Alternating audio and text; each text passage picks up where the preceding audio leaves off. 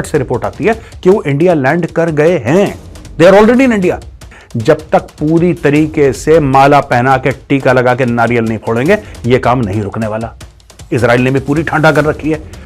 ये गेम क्या है भारत का यार? ये यूपीआई भारत क्यों पुश कर रहा है? चक्कर क्या है? নমস্কার, আপনাদের সবাইকে স্বাগত। ভারত বদলে গেছে, ভারতের নীতিও বদলে গেছে, যার ফলে এই নতুন ভারত এগিয়ে চলেছে সবাইকে অবাক করে। এই বিষয়ে ভারতীয় মেজর গৌরবাড়িয়া কি বলেছেন শুনুন। दोस्तों, बहुत खुशखबरी है। पिछले 24 घंटे में मोदी सरकार ने हैट्रिक मार दिया। मोदी जी ने हैट्रिक मार दिया दोस्तों, और तीनों विकेट जो मोदी जी ने लिए हैं पिछले 24 घंटे में, आज हम उनके बारे में डिस्कशन करेंगे। मैं आपको कुछ डिटेल्स बताऊंगा और बताऊंगा किस तरीके से भारत का रुतबा पूरी दुनिया में बढ़ रहा है। दोस्तों, सबसे बड़ी खुशखबरी, और आप सबको, आपके घर परिवार वालों को, आपको, पूरे देश को, जो हमारे 8-9 सैनिक थे जो कि कतर में जिनको सजाए मौत सुनाई गई थी, उनमें से 7 वापस आ गए हैं और 8वां जो है वो वापस आने वाला है 1-2 दिन के अंदर। 7 of them have already arrived and are in India। सवेरे इंडिगो की फ्लाइट पकड़ी थी उन्होंने। एक्चुअली उनको कुछ बताया नहीं, उनको कुछ नहीं बताया कि आप छूटने वाले हैं। लेकिन मोदी जी जहां पे भी जाते, अमीर ऑफ कतर को पकड़ा, उससे बात करी। ये फोटोग्राफ्स देखिए आप, अमीर ऑफ कतर से बात कर रहे हैं मोदी जी। इनके बीच में बातचीत चल रही है, क्या हो रहा है, अच्छा कैसे, क्या है।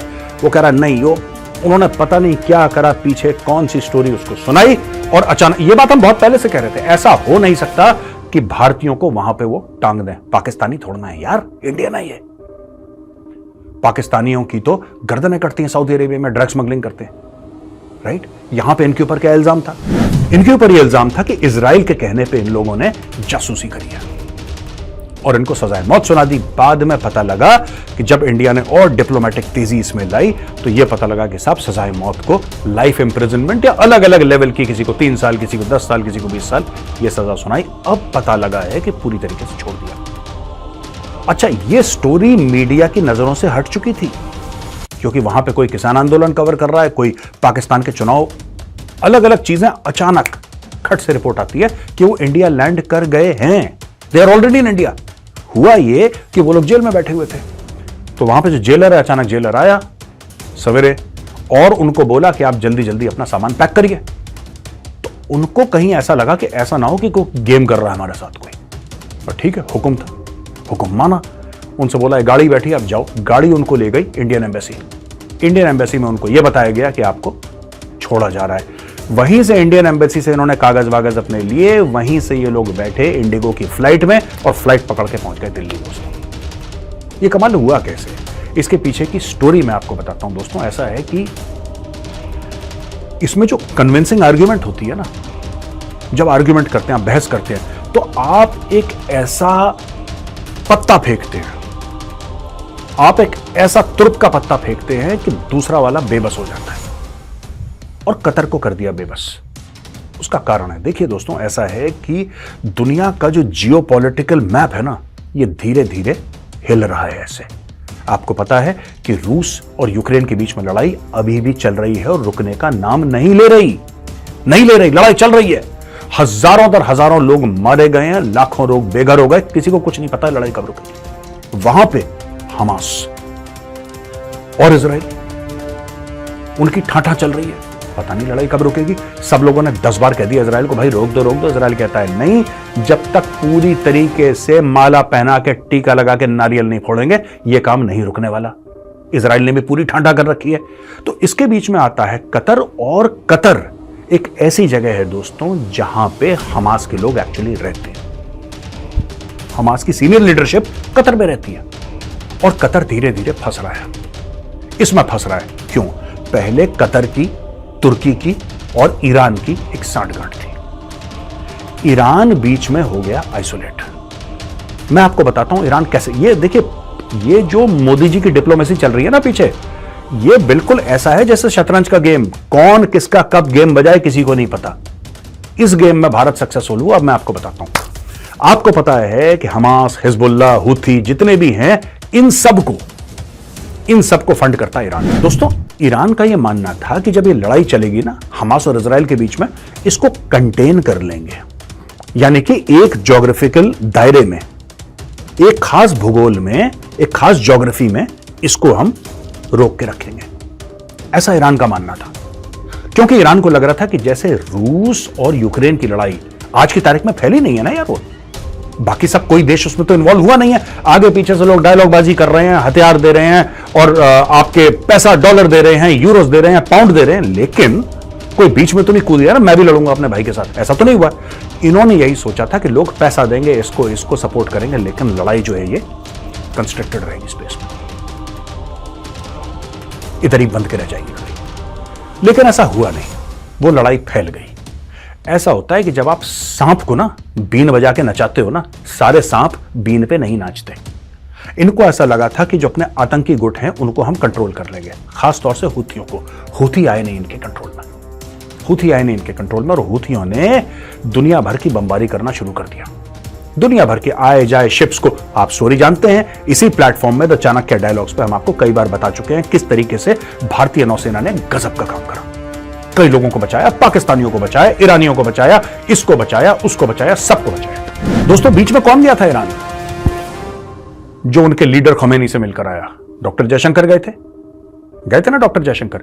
और डॉक्टर जयशंकर ने जो उनसे बात करी, मीडिया में बड़ी आधी अधूरी तितरी बितरी बात आई, वहां पे बड़ी ऐसी घूमती बात हुई कि क्या हो गया, कैसे हो गया। देखिए ईरान के ऊपर पहले से प्रेशर, क्यों ईरान के ऊपर इसलिए प्रेशर है क्योंकि जो कुलभूषण जाधव था, एक्स नेवल ऑफिसर, जिसको पाकिस्तान कहता है जासूस है, ये वो जासूस कुछ नहीं था, वो एक्स नेवल ऑफिसर था जो वहां पे बिजनेस कर रहा था, उसको ईरान के अंदर से उठाया। और भारत ईरान के ऊपर प्रेशर डाल रहा है कि भाई हमने अपना बंदा आपके मुल्क में भेजा है, पाकिस्तानी कैसे इसको किडनैप करके ले गए, राइट? ईरान के ऊपर प्रेशर था। दूसरा ईरान के ऊपर यह प्रेशर था कि भाई वहां से जितने भी हूथी हैं वो तो सारे जहाजों पे अटैक कर रहे हैं। आप समझिए ओवरऑल सिनेरियो क्या हुआ है। वहां पे जो हूथी हैं वो अटैक कर रहे हैं जहाजों पे, और दुनिया भर की नेवी वहां पे आ गई है। लोग कह रहे हैं ईरान है फसाद की जड़, इसको ठोको। बीच में डॉक्टर जयशंकर जाते हैं, डॉक्टर जयशंकर बातचीत करते हैं, देखते हैं यार देखो सुनो, साफ सीधी बात है, मोदी जी ने तो बात कर ली है कतर के अमीर से, आप भी थोड़ा पुश करिए, आप भी थोड़ा पुश करिए, क्योंकि आपका हलवा बनने वाला भाई। आपको दोस्त चाहिए कि नहीं चाहिए? आपको दोस्त चाहिए, आप यानी कि ईरान। डॉक्टर जयशंकर ईरान को कह रहे हैं आपको दोस्त चाहिए कि नहीं चाहिए? चाहिए ना आपको दोस्त, तो भाई दोस्ती का फर्ज निभाइए। हम आपके लिए काम कर रहे हैं, हम आपके लिए चाबार पोर्ट बना रहे हैं, आपका कतर सगा है, कतर को जाके कोई स्टोरी सुनाओ, ये हमें बंदे अपने वापस चाहिए। ऐसा नहीं हो सकता कि भारतीय नौसेना के लोगों को या हमारे वेटरन्स को कोई एरे गहरे मुल्क में फांसी हो जाए या उम्र कैद हो जाए। ये तो सेल्फ रिस्पेक्ट की बात है यार, ऐसा हो ही नहीं सकता। तो हर जगह से प्रेशर डला। तो दोस्तों प्रेशर, एक तो प्रधानमंत्री मोदी जी कतर के अमीर से बात करना, फेस टू फेस, पर्सनल, हाथ मिलाने के बाद कि भाई ये है, ठीक है। फिर डॉक्टर जयशंकर का, और बीच में फोन कॉल करते हैं नेशनल सिक्योरिटी काउंसिल से श्री अजीत डोभाल, यानी कि प्रधानमंत्री मोदी ऊपर, यहां पे डॉक्टर जयशंकर, यहां पे अजीत डोभाल साहब, और तीनों ने मिला के डाला pressure under the guidance of the prime minister of India Shri Narendra Modi. और कतर ने बोला ठीक है।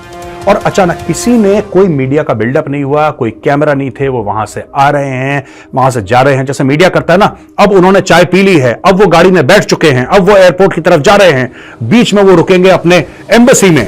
एम्बेसी में ये एम्बेसडर हैं, ये सुनिए एम्बेसडर का कुछ नहीं, किसी को कुछ पता ही नहीं था। अचानक वो भारत में प्रकट हो गए, अचानक।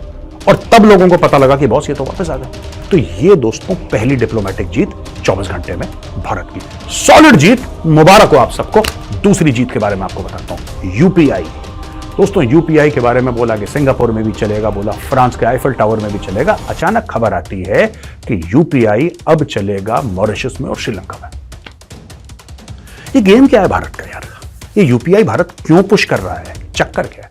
दोस्तों देखिए कि अमेरिका ना दो चीजें बड़ी क्लोजली गार्ड करता है, बड़े क्लोजली गार्ड करता है। और जैसे कहते हैं ना कि जादूगर की जान तोते में है, अमेरिका की जान किस में है? अमेरिका की जान डॉलर में है और तेल में है। तो अमेरिका क्या करता है, पहले तेल का बताता हूं फिर डॉलर का बताऊंगा आपको। अमेरिका में तेल का यह चक्कर है कि अमेरिका के पास बहुत तेल है दोस्तों, America has lot of oil, लेकिन खुद का तेल अमेरिका जमीन से निकालता नहीं, या बहुत कम निकालता है, बहुत कम निकालता है। अमेरिका ने तेल के मार्केट को कर दिया फिक्स। कैसे फिक्स करा? वेनेजुएला के पास दुनिया भर के तेल के भंडार हैं, आप उससे नहीं खरीद सकते। उसके पास दुनिया भर के तेल के भंडार हैं, आप उससे नहीं खरीद सकते। अगर आप खरीदेंगे, अमेरिका आपके ऊपर या तो अटैक कर देगा या सैंक्शन लगा देगा आपके ऊपर। अब आप बोलेंगे साहब भारत क्यों नहीं खरीद सकता, भारत का कोई मसला ही नहीं है यार। 90% भारतीयों को सिर्फ यह पता होगा कि वेनेजुएला जो है वो साउथ अमेरिका में है। इससे ज्यादा हमारा क्या लेना देना, कुछ जाते नहीं, ना आना ना जाना, लेकिन बैन कर दिया बैन, ठीक है। दूसरा, ओ भाई रूस के साथ गड़बड़ हो गई, रूस को बैन कर दिया। ईरान के साथ गड़बड़ हो गई, सैंक्शन लगाओ, सैंक्शन, ईरान को बैन कर दिया। यानी कि जो मेजर ऑयल प्रोड्यूसिंग कंट्रीज थी वर्ल्ड की, आपने उनके ऊपर सैंक्शन लगा दिया। किसी एक बहाने ना दूसरे बहाने सैंक्शन लगाया, बोला तुम यहां से तेल नहीं लोगे, दुनिया वहां से तेल नहीं लेती। तेल वहीं से लोगे जहां से अमेरिका बोलेगा, यानी कि तुम सऊदी अरब से ले सकते हो, यूएई से ले सकते हो, कतर वतर से ले सकते हो, जो अमेरिका के दोस्त हैं या अमेरिका के उस स्फेयर ऑफ इन्फ्लुएंस में है। इस तरीके से अमेरिका तेल को मैनेज करता है। भारत ने यह दायरा भी तोड़ा। कैसे? भारत ने ईरान से भी तेल लिया, भारत ने रूस से भी तेल लिया, और भारत वेनेजुएला से बात कर रहा है तेल की। अब आते हैं यूपीआई पे। जो मेन गेम था यूपीआई का क्या गेम है? डॉलर। आपके पास डॉलर होने चाहिए। आपके डॉलर के रिजर्व्स कितने हैं? आप पेमेंट करेंगे डॉलर पे, आप पेमेंट लेंगे डॉलर पे। यानी कि डॉलर जो है वो करेंसी किसकी है दोस्तों? वो तो अमेरिका की करेंसी है, यूएस डॉलर। वैसे डॉलर सिंगापुर में भी इस्तेमाल करे जाते हैं, ऑस्ट्रेलिया में भी इस्तेमाल करे जाते हैं, और कनाडा में भी इस्तेमाल करे जाते हैं, हर जगह इस्तेमाल करे जाते हैं दुनिया के। लेकिन वो तो उनके देशों के डॉलर है ना। यूएस का तो यूएस डॉलर है, पर अगर आपके पास यूएस डॉलर कितने हैं, इस पर डिपेंड करता है कि आपका मुल्क फाइनेंशियली कितना मजबूत है। यूएस डॉलर आपके पास कितने हैं? ओ भाई साहब, यूएस डॉलर का इतना भौकाल हो गया कि यूएस डॉलर, और ये अमेरिका ने बनाया। जैसे अमेरिका ने तेल को बोला ना कि तेल तुम इसी से खरीद सकते हो, फिर अमेरिका ने बोला क्योंकि भाई सुपर पावर, तो बोला कि साहब अगर आपके पास यूएस डॉलर नहीं है तो आप कुछ नहीं कर सकते। यूपीआई से क्या हो रहा है कि देखिए, अभी तो एक कदम छोटा है दोस्तों, लेकिन ये बड़ा सिग्निफिकेंट कदम है और आपको समझना पड़ेगा। सिग्निफिकेंट क्यों है? सिग्निफिकेंट इसलिए है क्योंकि अब हम अगर श्रीलंका से कुछ चीज करते हैं, खरीद फरोख्त, हम श्रीलंका से कोई भी बात करते हैं, मॉरिशस से कुछ भी करते हैं, तो फिर हमें डॉलर का इस्तेमाल नहीं करना होगा। दोस्तों, अगर मैं मॉरिशस जाता हूं तो मैं यूपीआई से पे करूंगा, अगर मैं श्रीलंका जाता हूं यूपीआई से पे करूंगा, मैं फ्रांस जाता हूं यूपीआई से पे करूंगा, सिंगापुर अगर जाता हूं तो मैं यूपीआई से पे करूंगा। ये ऊंट के मुंह में जीरा है, मुझे पता है। मुझे यह भी पता है कि 195 देश डॉलर के पीछे चल रहे हैं आज की तारीख में, लेकिन अब 195 से होगा 190 जो भारत के साथ करेंगे, यानी कि डी डॉलराइजेशन।